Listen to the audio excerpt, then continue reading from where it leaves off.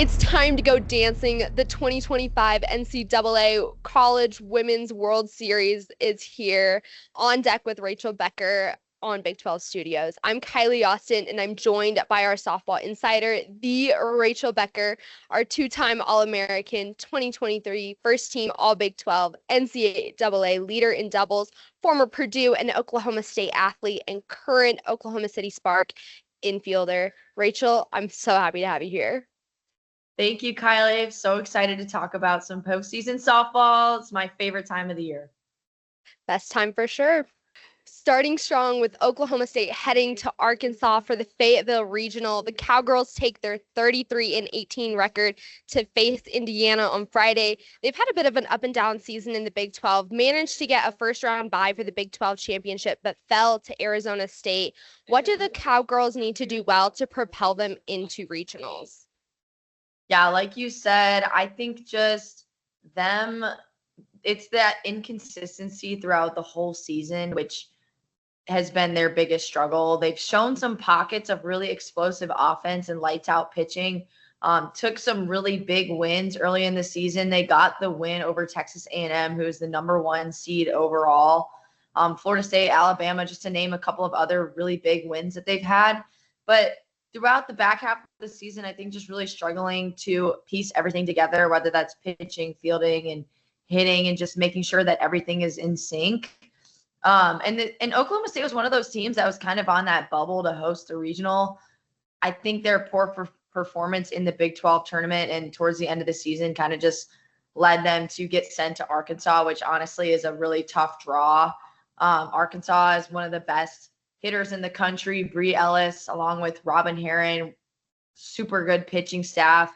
They're going to be really hard to beat, especially in Fayetteville. They have an outstanding atmosphere there and a lot of great support. But we all know Oklahoma State has that postseason experience. They've been to the Women's College World Series 5 years in a row now. So Coach G and the staff, they know how to win, and they usually rise to the occasion. So really excited to see how they come out and compete in Arkansas. Definitely true for the Cowgirls. Last week, we talked about Ruby Malin and Amanda Hassler, that pitcher-hitter duo. Tell me more about them, and who else do we need to watch on this Oklahoma State roster in Fayetteville?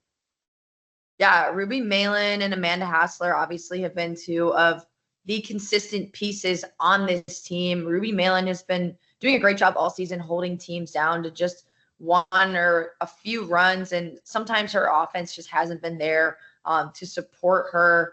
And I would this weekend in Fayetteville, I would keep an eye on Rosie Davis because she's hitting 349 and has 50 RBIs for the Cowgirls, so leading the team in that run production. She hits over 400 with runners in scoring position. Has just been one of those producers that they've looked to all season long. And then also Megan Bloodworth, the senior shortstop, kind of just that leadership presence for the Cowgirls. She's also been really steady for the Oklahoma State offense. She's got 8 home runs, hits at the bottom of the batting order, but consistently turns over the lineup and kind of jump starts their offense. So if those two can have a really good weekend, along with Talon Edwards, Michaela Wark, and Megan Delgadillo, like if those players get hot, I think they can be really tough competition for Arkansas and honestly make a good run at winning the regional. We definitely hope that they can make a run in Fayetteville. Moving south to Texas, UCF is heading to Austin Regional, where they'll face Michigan on Friday. UCF has been sneaky with their wins this season. Last weekend, they topped Utah and then lost 3-4 against Arizona in the quarterfinals. What does UCF do well? Yeah, so UCF playing well at the end of the season here. They bring in a very versatile offense combined with a strong pitching staff. They have the senior veteran Caitlin Felton, along with the star freshman Isabella Vega. Isabella Vega currently holding a 1.35 ERA overall and a 0.89 ERA in Big 12 play. She's got 13 wins on the season, has 103 strikeouts, and just pairs really well with Felton, who has that 2.2 ERA and 13 wins on the season. So honestly, just strong pitching. And if they're able to get some runs across the board, like I feel good about them, especially in their first matchup against Michigan. You talked a little bit about Vega. Who on this night's roster is going to be super critical for the UCF team to go on a run? Yeah, definitely Vega and Felton. I think they're going to need to step up and really just try to limit runs as much as possible, especially against Michigan. And then we know Texas, one of the best offenses in the country year after year. They've got a lot of senior veterans on that team who have been playing college softball for a few years now and have that postseason experience. And they're going to be ready to come out firing and put some runs on the board. So if Vega and Felton can hold them down and allow their offense to get going. I think they're going to need a big weekend from Sierra Humphreys, who's just been solid all season for them. And then also Izzy Mertez and Aubrey Evans, both with 10 home runs on the year, generating a ton of RBIs. So just honestly playing well and riding the momentum of that high they kind of ended the season on. Definitely riding that momentum being so critical. Now, how about these Sun Devils heading to the City of Angels, Arizona State facing San Diego State in the Los Angeles Regional on Friday? This team has stayed pretty consistent throughout the season despite sliding down in Big 12 rankings right at the end of the season. A tough semifinal shutout against Texas Tech. How does Arizona State refocus and do well in the tournament? Yeah, so Arizona State obviously able to take down Oklahoma State, get that first big win in the first round of the tournament. They were looking good. And then Texas Tech falling flat and having the big run rule loss is always tough. But the most important thing is to have a short memory and just respond immediately because the Big 12 tournament is important. However, the more important goal is winning your regional, winning a super regional, going to the World Series and winning that last game. So, yes, maybe a little bit of a disappointing end to the Big 12 tournament, but they just need to come out and be ready to compete and ready to perform in a tough regional, but honestly, a winnable regional for them. We've talked a lot about Kenzie Brown throughout the season, the star pitcher for the Sun Devils. Who else do we need to be watching from them? Yeah, so I think that Kenzie Brown is going to carry most of the innings for this team, but we're going to keep an eye on their number 2 pitcher, Micah Lopp, who they're going to need, I think, to take some innings off of Kenzie Brown because we know Kenzie Brown probably going to be throwing the majority of these innings, but in postseason, you do want to ride the hot hand and put your best chance out there, but it does make it easier on the ace to stay fresh if you have a solid backup that can come in and take some innings, especially in a regional. And then offensively, we're going to be looking to have some good performances from their leadoff hitter, Tiare Ho Ching, who hits 344 with a 435 on base percentage. She scored 45 runs for the Sun Devils this year. So looking to see her getting on base, setting the table for AJ Murphy, Tanya Wendell, and Kelsey Hall, with 10 home runs and 47 RBIs on the year. Just honestly looking to get their offense going. We know that Kenzie Brown is going to get a ton of strikeouts for this team.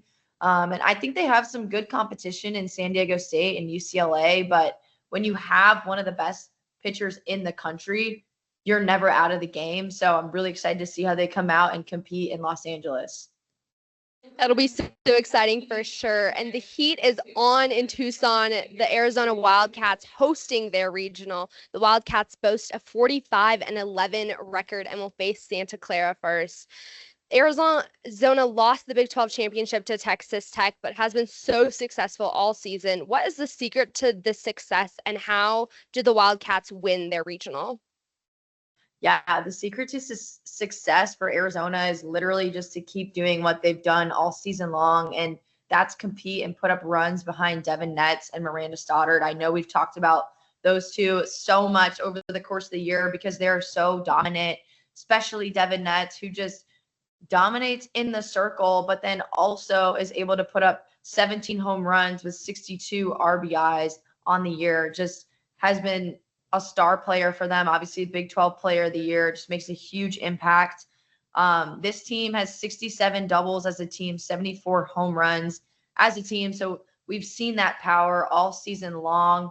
And they're bringing in Santa Clara, Grand Canyon, and Ole Miss, in my opinion, a super winnable regional for Arizona, especially getting to play at home in front of their fans, which we know is such a big advantage in postseason. And they had a really good run in the Big 12 tournament, made it to that championship game, which I think still ending on a high and just a good way to send them into regional play.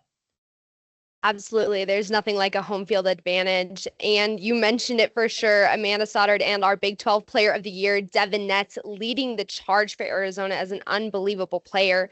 Who else should our eyes be on?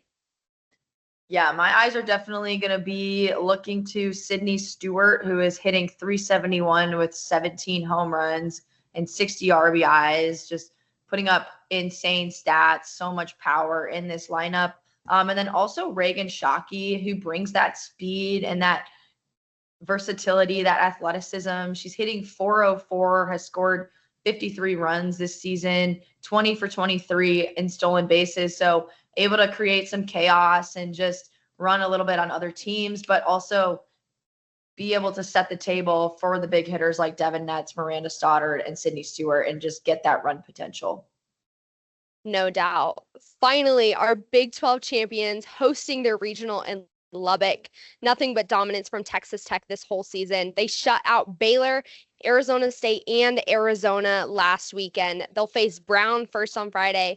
What are their keys to winning their regional and advancing? Yeah, the key to winning the regional is just going to be for Nyjah Kennedy to dominate in the circle, which honestly shouldn't be a problem. She's been doing that all season long. 0.81 ERA, has 26 wins on the year, only given up 21 earned runs the entire season with 263 strikeouts. So I imagine she's going to be throwing majority, if not all of the innings this weekend. So the Red Raiders really just going to have to focus on putting a few runs up on the board. And like you said, they're coming off of that Big 12 championship, which is such a good momentum swing for them. They're really looking good and playing well late in the year. And to be honest with you, looking at this regional, Washington and Mississippi State, two really tough competitive teams, I think it's going to be a battle for them a little bit, especially with Washington, Mississippi State both having postseason experience, both competing in good conferences, and both of those teams have really good wins this season, and they're going to be ready to come in and compete. It'll definitely be a tough regional for them. We talk so much about how powerful Nyjah Kennedy is. Who else on the roster really elevates this team?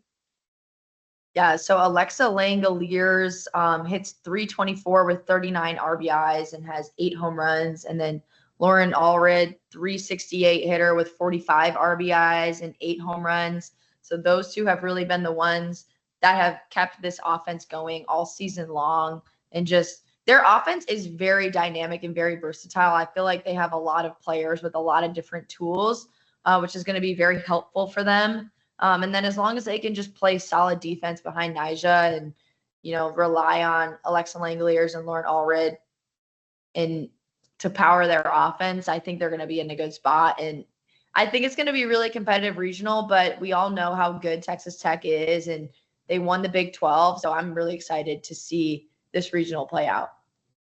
I'm so excited to see all these regionals play out. I can't wait to see how the Big 12 teams fare. And it all comes down to this in the 2025 NCAA Women's College World Series for our Big 12 teams. And it all comes down to this for On Deck with Rachel Becker. It's been such an honor and so much fun covering Big 12 softball with you this season. But today is our last episode of the 2025 season. We wish the best of luck to all of our teams. And don't miss all the action around the country in the next few weeks, and be sure to be following Big 12 Studios on social media and the Big 12 Conference YouTube channel for all highlights and updates in season and off season too. Until next year, stay locked in on Big 12 softball.